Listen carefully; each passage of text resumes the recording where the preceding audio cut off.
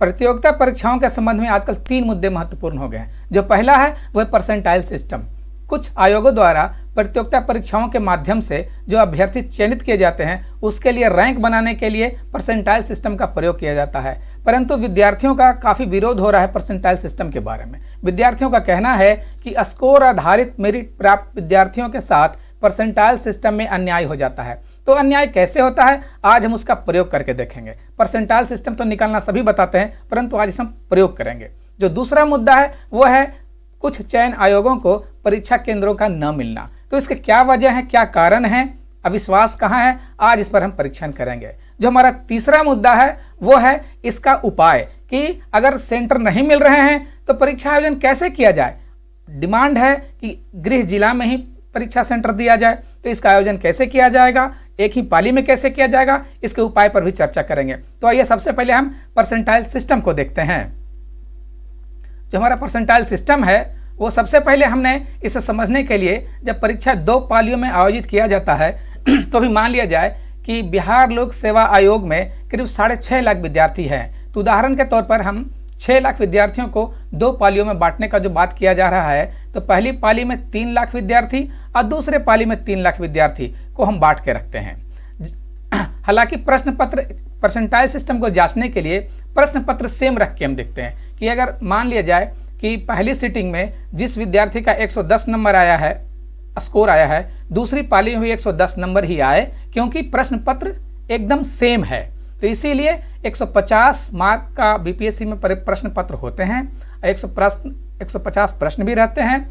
तो वही सेम प्रश्न पत्र मैंने दोनों पालियों में लिया है जांच के लिए कि परसेंटाइल सिस्टम का जांच हो।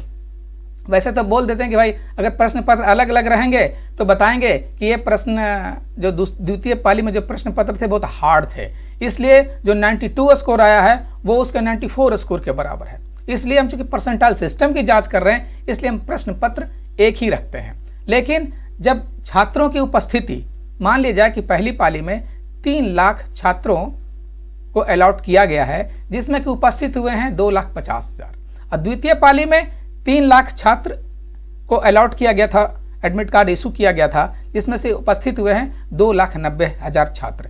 तो मात्र छात्रों की उपस्थिति और कुछ छात्रों की अनुपस्थिति से कैसे परसेंटाइल सिस्टम बदल जाता है, एक ही स्कोर प्राप्त विद्यार्थी का हम उसे परीक्षण करेंगे, इसी से अन्याय होता है। तो मान लिया जाए कि प्रथम पाली में जो 150 प्रश्न थे, इसमें किसी विद्यार्थी ने 110 स्कोर हासिल किया है, जो कि सबसे टॉप पे है। दूसरे प्रश्न पत्र में मान लीजिए प्रश्न पत्र सेम है, तो दूसरी पाली में भी वो 110 ही प्राप्त करेगा, क्योंकि प्रश्न पत्र तो सेम है, उसको उतना ही आएगा। तो मान लिया जाए कि उसका परसेंटाइल देखिए कैसा निकाला जाता है, जो सभी लोग बताते हैं कि मान ले कि पहला रैंक है इसका, तो इसके नीचे कितने विद्यार्थी हैं, तो 2,49,999 रहेंगे, उसे 2,50,000 से भाग दिया जाएगा, क्योंकि कुल उपस्थित विद्यार्थियों की संख्या इतनी ही है 3 लाख में से। तो 2,49,999 को 2,50,000 से भाग देंगे तो 0.999996 आएगा, उसको 100 यानी 100 से गुना करेंगे तो 99.9996 ये इसका परसेंटाइल आएगा। उसी प्रकार जो दूसरी पाली है उसमें भी 2,89,999 छात्र उससे नीचे रहेंगे, क्योंकि उपस्थिति है 2,90,000 छात्र की। तो हम लोग 2,89,999 जो उसके नीचे हैं उसको 2,90,000 से भाग देंगे, इसका परसेंटाइल आएगा 0.999996,552, उसको 100 से गुना करेंगे तो इसका परसेंटाइल इतना आएगा। तो जैसा कि हम जानते हैं कि परसेंटाइल सिस्टम के लिए अब दूसरा विद्यार्थी को लेते हैं, दूसरे विद्यार्थियों को हम अध्ययन करने के लिए लेते हैं। तो दूसरे विद्यार्थी 108 स्कोर लाया है, मान लीजिए सेकंड पे है, तो उसका परसेंटाइल इतना आया है। इसका परसेंटाइल सेम विद्यार्थी का जब दूसरी पाली में प्रश्न पत्र सेम है तो उसका परसेंटाइल इतना आएगा। देखिए डिफरेंस हो रहा है। देखिए अन्याय वाला सबसे पहले हम, समय कम है, वीडियो लंबा हो जाएगा, इसलिए हम सबसे पहले 106 स्कोर जो विद्यार्थी लाया है 106 मार्क्स 150 में, उसका जो रैंक है चौथा है मान लिया जाए, तो उसका जो रैंक होगा प्रथम पाली में परसेंटाइल के हिसाब से वो है 2,49,996 बच्चे इसके नीचे हैं, क्योंकि चौथा रैंक पे खुद है, तो इतने बच्चे नीचे हैं, उसको 2,50,000 से भाग देंगे तो उसका परसेंटाइल करीब करीब आएगा 99.9984। वहीं जो 100 दूसरी पाली में जो है, क्योंकि उसमें बच्चे जो है 2,90,000 उपस्थित हुए हैं, तो जो 104 स्कोर लाएगा, 104 स्कोर, तो 104 स्कोर, उसमें 5वां उसका रैंक है, सेकंड पाली में उसका 5वां रैंक है। तो 5वें रैंक को उसके नीचे विद्यार्थी हैं 2,89,995, उसको 2,90,000 से भाग देंगे तो परसेंटाइल टोटल आएगा 99.99855759। यानी कि जो 5वें रैंक पे वही विद्यार्थी सेम है, लेकिन सिर्फ बच्चों की उपस्थिति यहाँ पर ज़्यादा है, तो उसका परसेंटाइल, ये जिसका 106 मार्क्स है, 106 मार्क्स है, उससे भी परसेंटाइल इसका हाई हो गया। यानी 104 रैंक, 104 स्कोर वाला जिसका कि 5वां रैंक है, वो इस 104 वाले स्कोर से ऊपर जाके बैठेगा। देखिए यहाँ पर अब इसका स्कोर बेचारे का आया 106 नंबर लाया है। वो अगर मान ली जाए कि वो अपना मार्क्स शीट डाउनलोड करेगा, उसका दिखाएगा 106 मार्क्स, ये डाउनलोड करेगा, इसका दिखाएगा 104 मार्क्स, फिर भी इसका रैंक ऊपर हाई रहेगा, या इसका सिलेक्शन हो जाएगा, इसका नहीं भी हो सकता है, सीट कम रहेगी तो, है ना।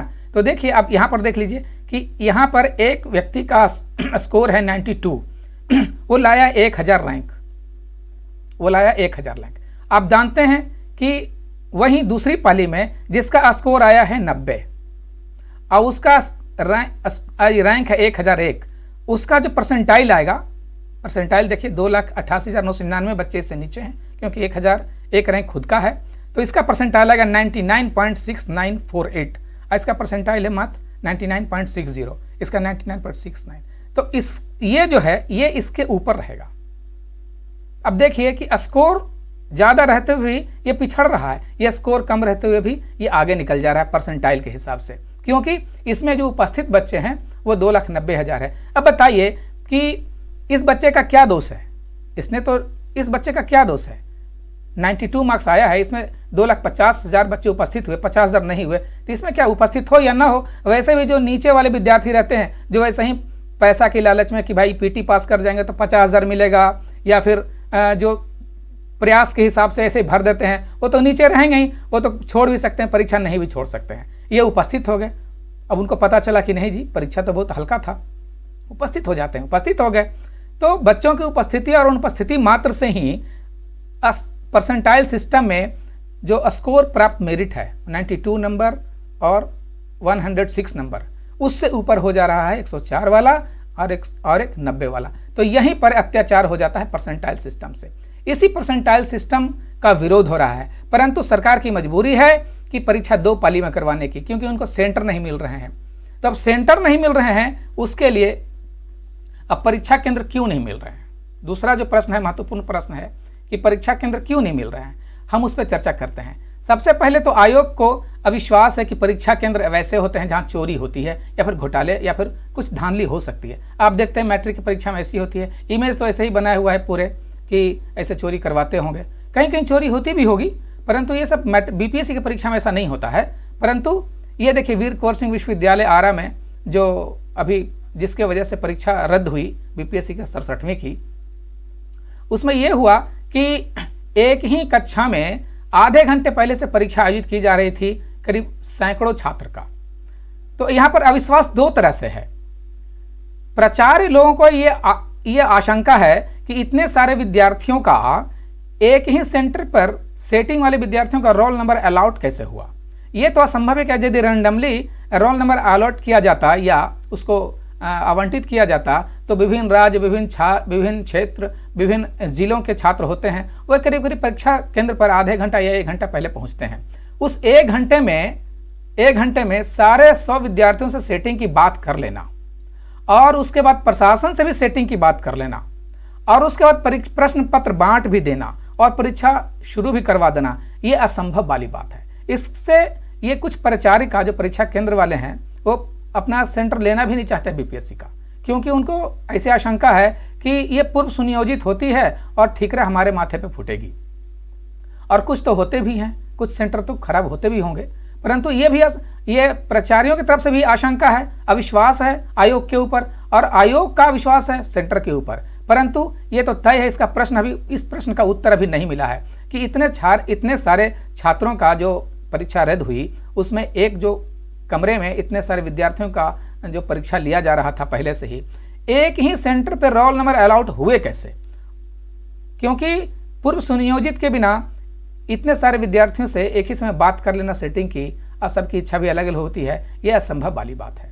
और प्रश्न पत्र लीक एक अलग मुद्दा है कि लीक कहाँ से हुआ, और सेंटर पर इतने सारे मैनेज करके और रोल नंबर अलर्ट हो करके एक ही जगह वो अलग मुद्दा है। दो मुद्दा यहाँ पर है, एक प्रश्न पत्र का लीक का मुद्दा अलग है, और ये एक सेंटर पर इतने सारे लोगों का रोल नंबर अलर्ट होना एक अलग मुद्दा है। लेकिन इस मुद्दे का अभी तक जवाब शायद मिल गया होगा या नहीं मिला होगा, मुझे नहीं पता, लेकिन लोगों को आशंका तो है प्राचार्य को, इसलिए वे सेंटर परीक्षा केंद्र लेने से भी हिचकिचा रहे हैं। शायद इस वजह से भी नहीं मिल रही होगी, या फिर मैं आशंका जाहिर करता हूं कि आयोग को भी आशंका है कि कुछ सेंटर खराब होते हैं। तो इन सब का क्या उपाय है, और बच्चों का जो डिमांड है कि हर एक गृह जिला में नज़दीकी स्थान पर सेंटर होना चाहिए, तो उसके लिए उपाय है कि मैंने एक उपाय सोचा है, और वो उपाय कहाँ तक, ये ट्रायल है, आप करके देख सकते हैं कि मान लिया जाए कि अब देखिए कि British council of standard examination hall के हिसाब से अगर मान लिया जाए कि दो बच्चों की बीच की दूरी 1.25 मीटर होनी चाहिए, है ना, दो बच्चों के बीच की दूरी 1.2 मीटर 1.25 मीटर होनी चाहिए। तो उस हिसाब से अगर हम 20,000 बच्चों का टोटल 20,000 बच्चों का अगर परीक्षा लेने की बात की जाए, तो हम देखेंगे कि 38 डिस्ट्रिक्ट हैं, 38 जिले हैं, तो 38 जिलों में करीब करीब हम अगर हर एक जिले में 20,000 की कैपेसिटी का व्यवस्था कर दें, हर एक जिले में 20,000 का, तो करीब 7,80,000 स्टूडेंट को एक बार में हम परीक्षा ले सकते हैं। एक सेंटर पर अगर 20,000 का कैपेसिटी का बनाया जाए, टेंट में परीक्षा लिया जाए। आप जानते हैं कि अभी 2019 में करीब गांधी मैदान में करीब 41,600 वर्ग मीटर में रंगोली बनाया गया था, 41,600 गांधी मैदान में। और अब जानते हैं कि हमारा जो टोटल ज़रूरत है एरिया की, वो करीब अब देखिए कि एक ब्लॉक में इधर 25 बच्चे, इधर 25 बच्चे, इधर 25 बच्चे, 25 छात्र, इधर 25 छात्र, करीब 100 छात्र है। सबके बीच की दूरी 1.25 मीटर, 1.25 मीटर, यहाँ भी 1.25 मीटर। तो हम मान लेते हैं कि 25 और 1.25 मीटर, अब उन्हें 4, इधर 1.25, इधर और इधर रास्ता भी होगा और कुछ जगह भी होगा, तो 4, तो करीब हम आपको पूरा कैलकुलेट करते हैं, तो एक ब्लॉक यानी कि 100 छात्र के लिए हमें 156.25 स्क्वायर मीटर, 100 स्टूडेंट्स के लिए 1 ब्लॉक में जरूरत पड़ेगी इतने एरिया जगह की। और 20,000 छात्रों के लिए हम 200 ब्लॉक अगर बनाते हैं, 200 ब्लॉक, तो 200 ब्लॉक के लिए करीब 200 हम 156.25 से गुना करेंगे तो 31,250 स्क्वायर मीटर की जरूरत पड़ेगी। और अब जानते हैं कि 31,250 स्क्वायर मीटर कोई बड़ी बात नहीं है। जब हम रंगोली का आयोजन कर सकते हैं इतना बड़ा, है ना, 41,600 स्क्वायर वर्ग मीटर में, तो हम परीक्षा का आयोजन भी करवा सकते हैं, बशर्ते कि दृढ़ इच्छा शक्ति हो। तो इसके लिए क्या करना होगा, मैं कुछ कैलकुलेशन किया हूं कि मान लीजिए जाए कि 200 ब्लॉक बनानी है किसी सेंटर पे, उससे फायदा यह होगा कि अब जानते हैं कि जिलाधिकारी को विभिन्न क्षेत्रों पर घूमना पड़ता है, एक ही सेंटर रहेगा 20,000 का, उस पर सारे मजिस्ट्रेट तैनात रहेंगे, बिल्कुल फुल प्रूफ परीक्षा हो जाएगी। और हर एक जिला में आप लॉन्ग रन में आप परीक्षा एग्जामिनेशन हॉल, केंद्रीय एग्जामिनेशन हॉल, स्टेट लेवल का जो सरकारी भवन होगा या फिर कैसे भी हो, एक आप एग्जामिनेशन हॉल भी बनवा सकते हैं। उस एग्जामिनेशन हॉल में हर एक सीट पर डिस्प्ले बोर्ड भी दे सकते हैं बाद में चल के। उसमें सारे प्रश्न पत्र जो भेजे जाएंगे कंट्रोल सेंटर से, चयन आयोग से भेजे जाएंगे, एक टाइम पे डिस्प्ले होगा, सभी लोग बनाएंगे प्रश्न पत्र। और जो आंसर सीट है वो मैनुअल रहेगा, क्योंकि आप जानते हैं कि 2017 में जो SSC हुई थी, ऑनलाइन परीक्षा में भी बहुत सारे आरोप लगे थे और घोटाले अब जो आरोप लगा उसमें जांच भी बैठी थी। तो इस प्रकार से जो ऑनलाइन परीक्षा होती है उसमें भी धांधली सेटिंग कर दिया जाता है कंप्यूटर वाले सेंटर में, ऐसा आरोप लगा था। परंतु इसमें जब सिर्फ डिस्प्ले पर प्रश्न पत्र डिस्प्ले होगा और आंसर सीट मैनुअल रहेगा, भर करके जमा कर देंगे। और बड़े बड़े स्क्रीन बोर्ड भी लग सकते हैं, जैसा कि स्टेडियम है, स्टेडियम में कैसे लगे रहते हैं जिसमें कि दिखती भी है, तो आप स्क्रीन भी लगा सकते हैं हर एक ब्लॉक में। 200 ब्लॉक में 200 स्क्रीन, आप प्रश्न पत्र उस पर दिखा सकते हैं, अपना आंसर सीट भर देंगे। इस तरह से प्रश्न पत्र छपाने की जरूरत नहीं पड़ेगी। ये तो लॉन्ग रन में हुआ। जब 1 लाख कैपेसिटी का स्टेडियम बन सकता है, तो 20,000 कैपेसिटी का हर एक जिला में हर एक जिला में 20,000 कैपेसिटी का आप बना सकते हैं एग्जामिनेशन हॉल भी। लेकिन फिलहाल टेंट अगर लगाएंगे 31,000 समथिंग 40,000 स्क्वायर मीटर का रख लीजिए, 40,000 स्क्वायर मीटर का टेंट लगवा लीजिए। उसमें इस तरह की कुर्सियाँ रख लीजिए। ये कुर्सियाँ जो है देखिए 299 रुपये में मिलती है, 300 रुपये में रख लीजिए। या फिर इस तरह का कुर्सी भी रख सकते हैं, इस तरह का कुर्सी भी रख सकते हैं। ये कुर्सियाँ 300 में मिल जाती है। इस तरह से एक टेंट भी बनवा सकते हैं आप। टेंट का जो प्राइस है वो भी ज़्यादा नहीं रहता है। टेंट का प्राइस ये करीब करीब आप बात कर लीजिए 5,000 में हो जाएगा। उसका भी कैलकुलेट करके बताते हैं कि मान लिया जाए कि चेयर है, चेयर खरीदते हैं 20,000 चेयर और 300 रुपये के हिसाब से करीब करीब 60 लाख रुपए का चेयर हो जाता है। Jute bag for keeping mobile को रखने के जो परीक्षार्थी आते हैं उसके वैल्यूएबल्स रहते हैं सामान एक स्टैंडर्ड के हिसाब से। तो अगर 15 रुपये बैग के हिसाब से अगर 20,000 अगर हम जूट के बैग खरीदते हैं तो 3 लाख रुपये का जूट बैग हो जाएगा, जिसमें कि मोबाइल वगैरह रख सकते हैं। अगर हम दीवार घड़ी लगाएं 200 यानी 200 ब्लॉक, 100 छात्र का 200 ब्लॉक 20,000 छात्र के लिए, तो 20,000 रुपये की दीवार घड़ी हो जाएगी। फिर 5 टॉयलेट का एक वैन जो मोबाइल रहता है वो करीब 2,000 रुपये प्रति वैन के हिसाब से रेंट देंगे 2 घंटे के लिए, 3 घंटे के लिए, दिन भर के लिए। तो 40 टॉयलेट मंगवा लेंगे तो उसमें 80,000 रुपये लग जाएगा। फिर टेंट करीब करीब 5 लाख रुपये का लग जाएगा। फिर इन्विजिलेटर हम लोग करीब करीब 400 रखेंगे, 200 ब्लॉक में 2 इन्विजिलेटर, 400 1000 रुपये पर इन्विजिलेटर हम लोग खर्च देते हैं, तो 4 लाख रुपये उसमें लग जाएगा। अगर वाटर बोतल आधे लीटर का हर एक छात्र को उपलब्ध कराया जाए 10 रुपये का, तो करीब करीब 2 लाख रुपये इसमें भी लग जाएगा स्टैंडर्ड के हिसाब से। इन्हें भी करवा सकते हैं आप। और मिसलेनियस खर्चा 400 यानी कि प्रश्न पत्र पहुँचाने लाने ले जाने में जो गाड़ी भाड़ा होता है उसके लिए करीब करीब 79 लाख रुपया 20,000 बच्चों के लिए हर एक जिला में करवाने पर कुछ बीएमपी ग्राउंड या फिर स्टेडियम या फिर कोई बड़ा हॉल ले करके, ठंडे का सीजन है पंखे की भी ज़रूरत नहीं पड़ेगी, सितंबर में या फिर अक्टूबर में जब भी लें तो आप आयोजन किया जा सकता है टेंट में। और उसके बाद अब देखिए कि रिसीट कितना है, खर्चा कहाँ से आएगा। तो देखिए कि टोटल स्टूडेंट 6.5 लाख मान लिया जाता है, जिसमें कि 1,80,000 माना जाता है कि लड़कियाँ होंगी। तो उसमें करीब करीब 150 रुपये के हिसाब से उससे लिया जाता है परीक्षा फीस। 2 करोड़ 40 लाख रुपये इससे आ जाता है। करीब 1 लाख जो है SC ST भी रहते हैं उसमें, जिनसे 150 रुपया लिया जाता है परीक्षा फीस के रूप में, 1.5 करोड़ उनसे आ जाता है। करीब 20,000 हैंडीकैप्ड भी होंगे एक आइडिया के अनुसार, तो 30 लाख उनसे भी आ जाता है। और जनरल OBC के बच्चे से छात्रों से 3.5 लाख छात्र वो रहेंगे तो 600 रुपया लिया जाता है, तो 21 करोड़ रुपया उनसे प्राप्त होती है फीस के रूप में। टोटल दृष्टि 25 करोड़ 26,50,000 रुपया एक अनुमानित है, मैं एक आइडिया लगाता हूँ, इतना करोड़ रुपया उसका इनकम है। जबकि 20,000 जो छात्र हैं उनके आयोजन के लिए 79 लाख रुपीज़ मैक्सिमम खर्चा होगा या उसी के लगभग होगा। तो आप टेंट के द्वारा परीक्षा का आयोजन करवा सकते हैं और ये 15 दिन के अंदर आप इसे अंजाम दे सकते हैं। तो ये कोई ज़्यादा भारी काम नहीं है, बशर्ते कि दृढ़ इच्छा शक्ति हो। और परीक्षा एक पाली में हो जाएगी, हर एक जिले में हो जाएगी, किसी सेंटर की जरूरत नहीं पड़ेगी। और आज न कल लॉन्ग रन में ये करना ही पड़ेगा, क्योंकि आप जान रहे हैं कि बदलते दुनिया में आर्थिक दौर है, सब एक दूसरे को शक की दृष्टि से देखते हैं। और अब प्रशासन को खुद अपने हाथ में लेना चाहिए और ऐसा सेंटर का व्यवस्था करके परीक्षा का आयोजन करना चाहिए, जिसमें कि भाग दौड़ भी कम होगी। एक ही सेंटर रहेगा, आराम से जिलाधिकारी 5 मजिस्ट्रेट 100 मजिस्ट्रेट लगा करके फोर्स लगा कंट्रोल कर लीजिए, कोई परीक्षा प्रश्न पत्र लीक नहीं होगा। और मैंने जहाँ तक लॉन्ग रन में जो बोला है कि एग्जामिनेशन हॉल जिला स्तर पर बनवाइए स्टेडियम के जैसा, जिसमें कि डिस्प्ले बोर्ड हर एक सीट पर डिस्प्ले बोर्ड हो या फिर एक बड़ा सा स्क्रीन हो, जैसे भी करें उस तरह से कंट्रोल सेंटर पर रहेगा उसका डिस्प्ले सेंटर प्रश्न पत्र उपलब्ध कराने का। ये सेंटर मल्टीपर्पज़ हॉल के रूप में बहुत तरह के परीक्षाएं आयोजन की जा सकती है इसमें, जैसे कि UPSC BPSC SSC तमाम तरह की परीक्षाएं और ही बहुत चीज़ों के लिए इस हॉल का उपयोग किया जा सकता है। तो ऐसे बना सकते हैं।